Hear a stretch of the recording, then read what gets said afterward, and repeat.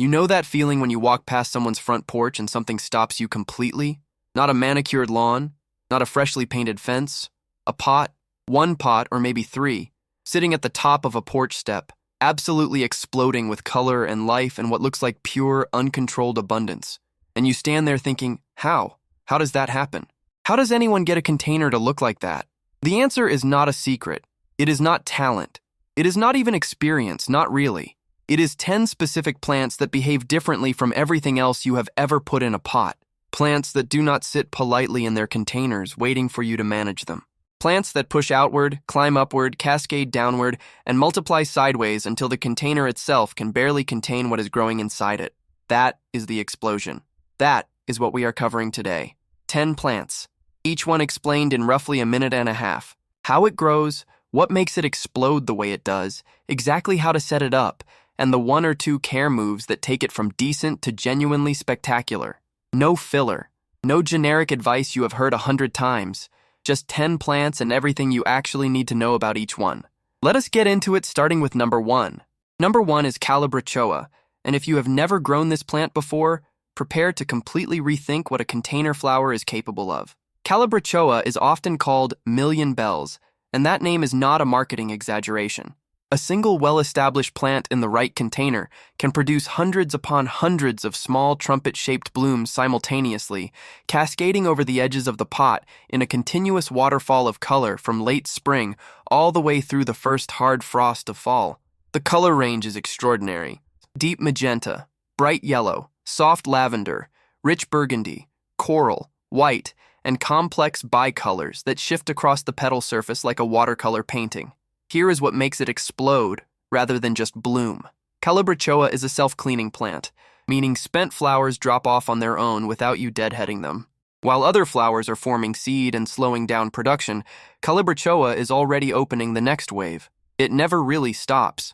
The plant runs on its own renewal cycle continuously from the moment warm weather arrives until frost ends the season. For setup, Calibrachoa demands excellent drainage. It is extremely sensitive to root rot in poorly draining soil, so use a lightweight, fast-draining potting mix and never let the pot sit in standing water. It is a heavy feeder, which means liquid fertilizer every 7 to 10 days through the growing season is what keeps that bloom production running at maximum intensity. Use a bloom booster formula with higher phosphorus than nitrogen. Cut the plant back by 1/3 in midsummer if it starts looking leggy and straggly. Within 2 weeks, it rebounds with completely fresh growth and a new flush of bloom that is often more prolific than the first. Morning sun with some afternoon protection in the hottest zones gives the longest and most vigorous bloom season. Number 2 is Petunia, Wave Series specifically, and this is the plant that completely changed how American gardeners think about containers in the 1990s and has never stopped delivering since. Standard petunias bloom in one spot and stay there. Wave petunias do something fundamentally different. They spread laterally, aggressively, and continuously, cascading outward from the pot in all directions and pouring themselves over the edges in a way that makes a container look like it is overflowing with color, no matter how you place it. A single wave petunia plant planted in a 12-inch pot in May can spread to 3 or 4 feet wide by midsummer. In a large container, plant 3 together, and you will have something that looks like a living waterfall of purple, pink, coral, red, or white by July. The genetics of the Wave series were specifically developed for this lateral spreading habit, and no other petunia performs at the same level for pure container impact. Petunias need full sun, 6 hours minimum, and they need consistent moisture without sitting in water. They are moderate feeders and respond extremely well to a complete balanced fertilizer every 2 weeks. The critical care move that most gardeners skip is cutting them back hard in midsummer when they start to get long and stemmy and produce fewer flowers at the tips. Cut back by half. It looks alarming for about a week. Then the plant rebounds with new growth and a fresh wave of bloom that carries it strongly through fall. In hot southern zones, afternoon shade during the peak heat of July and August extends the bloom season significantly. Number 3 is sweet potato vine, and this one does not flower at all, which makes it one of the most misunderstood plants in container gardening. Every single centimeter of impact comes from the foliage, and that foliage does something that almost no flowering plant can do in terms of sheer visual drama and rate of growth. Ipomoea batatas in a warm summer environment grows visibly fast. You can almost watch it move. Vines extend outward multiple inches every single day in peak summer heat, cascading over container edges and spreading across surfaces in every direction. The foliage colors available are remarkable. Blackie produces deeply lobed leaves in near black purple, so dark and dramatic it makes every other color around it vibrate more intensely. Marguerite is chartreuse lime green, so bright it looks almost luminous in shade. Sweet Caroline series offers bronze, purple, lime, and a stunning deep red variety. These are not subtle accent plants. They are visual anchors that define the entire mood of a container arrangement. Use sweet potato vine as the spiller component in a thriller, filler, spiller combination. Pair the near black blackie with bright coral or orange calibrachoa for a combination that stops people in their tracks. Pair Marguerite with deep purple petunias for a color contrast that looks professionally designed without any professional input. Plant in full sun to partial shade. The brighter the light, the more intense the foliage color. It is not cold hardy, so treat it as an annual in all but the warmest zones. The tubers can be dug in fall and stored indoors for replanting the following season, saving the cost of purchasing new plants every spring. Number 4 is geranium, the zonal type. And this plant has been a fixture in American container gardens for so long that most people take it completely for granted. That is a mistake. When you choose the right variety and set it up correctly, a zonal geranium in a container does not just bloom. It covers itself with large rounded flower heads in such density that the foliage underneath almost disappears entirely behind the color. Pelargonium X hortorum in the right conditions produces bloom after bloom from spring until frost, and each flower head is substantial, sometimes 4 to 5 inches across, in red, salmon, pink, white, lavender, and bicolors. The key to getting geraniums to explode rather than merely perform is deadheading consistently. Unlike calibrachoa, geraniums do not self-clean. A spent flower head left on the plant signals the plant to slow production and begin forming seed. Snap off every spent flower head at the base of its stem the moment the color fades. Do this every 3 or 4 days during peak bloom, and the plant responds by producing new buds continuously at a rate that keeps the container looking spectacular all season. They need at least 6 hours of direct sun, well-draining soil, and moderate watering. Allow the soil to partially dry between waterings. Geraniums in soggy soil develop root problems quickly. A slow-release fertilizer at planting plus a liquid bloom booster every 2 weeks through the season is the combination that drives maximum flower production. Number 5 is lantana, and if you live anywhere in zones 8 through 11, this is quite possibly the single best container plant available to you.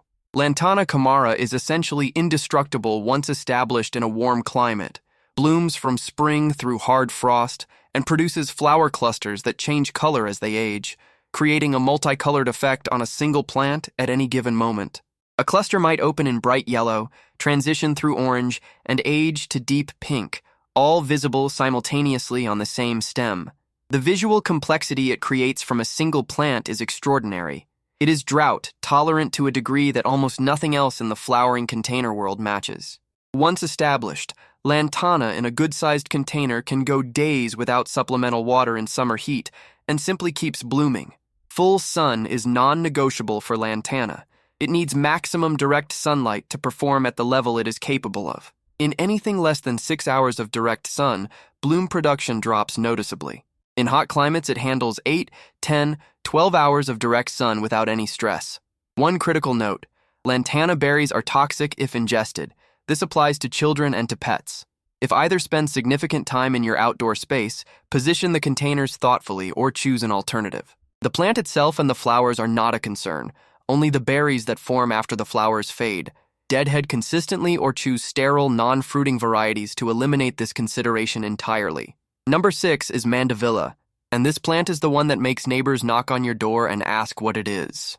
Mandevilla is a tropical vining plant that produces large, trumpet-shaped blooms in deep pink, rich red, bright white, and soft apricot, each flower 3 to 4 inches across with a satiny texture that catches light in a way that looks almost too good to be real. In a container with a trellis, obelisk, or even a simple stake structure, mandevilla climbs rapidly throughout summer, covering whatever support you give it with both glossy dark green foliage and those extraordinary blooms. The key to spectacular mandevilla in a container is giving it something to climb as soon as you plant it. The vining habit is what creates the dramatic vertical impact that makes this plant so visually stunning in a container setting. Without support, it sprawls and the effect is dramatically reduced. Full sun, minimum 6 hours. A rich, well-draining potting mix. Consistent moisture because Mandevilla does not tolerate drought the way Lantana does. Feed every 2 weeks with a bloom booster fertilizer through the growing season. It is not cold hardy above zone 9, but the tuber-like roots can be overwintered indoors in a cool, dry location and brought back out the following season, growing faster in its second year because of the established root system. Number 7 is begonia, tuberous type specifically, and this is the container plant that does the impossible in shade. In a spot where almost nothing else with flowers performs reliably, tuberous begonias produce blooms that look like roses, not resembling roses, looking like actual roses, with full double flower heads in soft yellow, rich orange, deep red, coral, pink, and white, each bloom sometimes 4 to 5 inches across on a single plant that requires nothing more than shade, moisture, and consistent feeding to produce them all summer long. Begonia X tuberhybrida is not subtle. Those enormous double blooms are designed for maximum visual impact in the exact growing conditions, dappled shade, and consistent moisture, where most flowering plants either refuse to bloom or produce something underwhelming. This is the shade container plant that finally gives you the abundance and color you have been looking for in those difficult spots under trees, on north-facing porches, or anywhere direct midday sun does not reach. Start tubers indoors 4 to 6 weeks before your last frost date. Plant them hollow side up, barely covered with potting mix, and keep them warm and consistently moist until growth begins. Once growth is established, they are surprisingly easy to maintain. They need consistent moisture, never sitting in water. Feed every 2 weeks with a balanced fertilizer. Pinch back the first few buds that appear to encourage the plant to branch and produce more flowering stems before the main bloom season begins. The payoff from that patience is a plant that fills its container with rose-like blooms from early summer through fall. Number 8 is Million Bells Compact. Wait, we already covered Calabrachoa. Let me give you something genuinely different. Number 8 is Scaevola, the fanflower, and most American gardeners have never heard of it, which is a genuine shame because it does something in a hot, sunny container that almost nothing else manages to do with the same consistency and the same visual drama. Scaevola emula is an Australian native that produces flowers shaped exactly as the name suggests, like tiny fans, each petal arranged in a semicircle around the flower center in vivid blue-purple, soft lavender, white, and deep pink.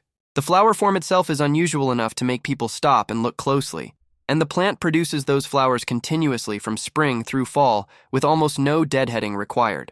What makes Scaevola exceptional for hot, sunny containers is its heat and drought tolerance. In the kind of brutal July and August conditions that cause Calabrachoa and petunias to struggle, Scaevola keeps going. It does not wilt. It does not drop production. It blooms on. Place it in the hottest, sunniest spot on your porch or patio, and let it prove what Australian desert genetics are capable of. It spills beautifully over container edges and combines exceptionally well with Lantana for a heat-tolerant, sun-loving combination that performs when most other container plants are asking to be moved to shade. Well-draining soil, full sun, moderate water once established. It is less of a heavy feeder than Calabrachoa or Petunia, so a slow-release fertilizer at planting plus a light liquid feed once a month is sufficient to keep it performing well all season. Number 9 is Bacopa, also known as Sudora, and this is the plant that experienced container gardeners reach for when they want that soft, delicate, airy quality that makes a container look effortlessly beautiful rather than intentionally arranged.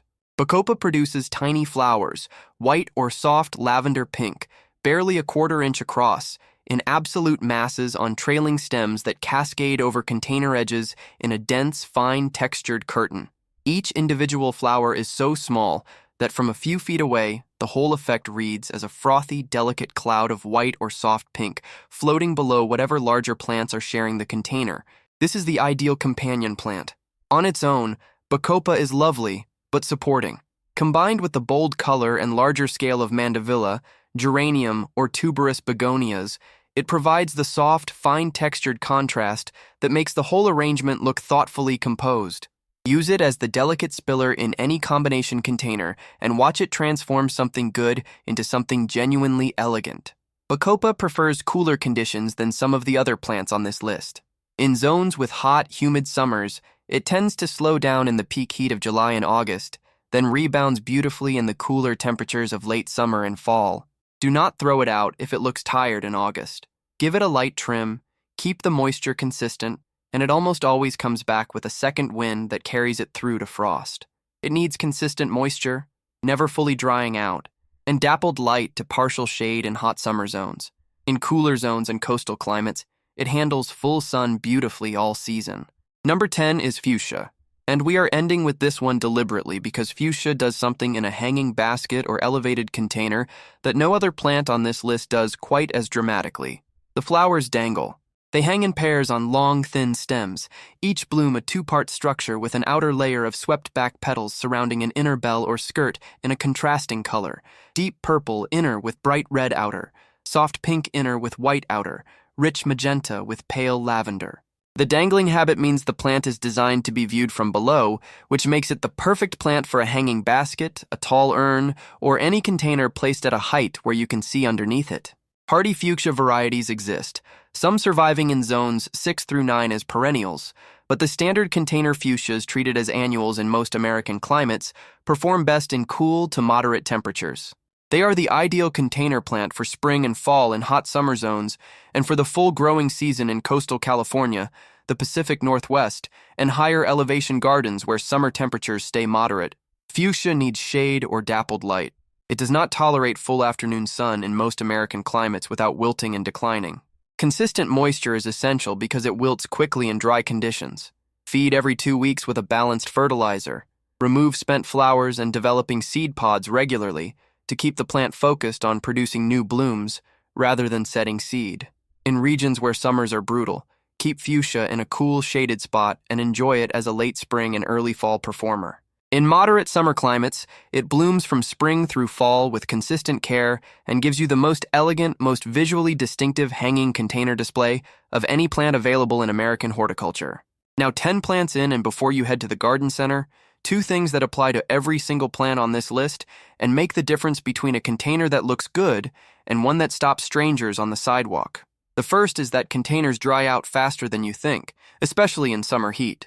Every plant we covered, from drought-tolerant lantana to moisture-loving fuchsia, has a moisture threshold it needs to stay within to keep performing at its best. The single most reliable way to know when to water is the same for all 10 of them. Push your finger an inch into the soil. If it feels dry at that depth, water thoroughly until it drains clearly from the bottom drainage holes. If it still feels cool and slightly damp, wait 1 more day and check again. Overwatering combined with poor drainage is the most common reason container plants underperform all season.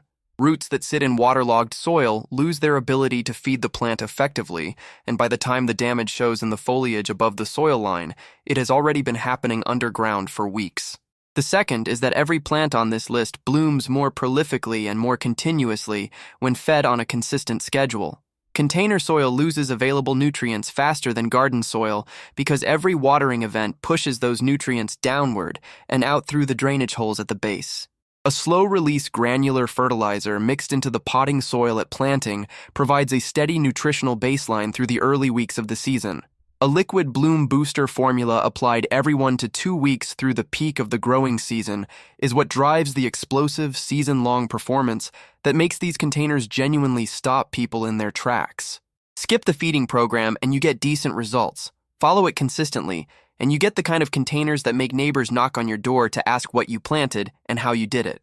Drop a comment right now telling me which of these 10 plants you are trying this season and what USDA zone or state you are gardening in. I read every single one. Give this video a thumbs up if it helped and subscribe for practical container gardening content every single week. Now go build something that explodes.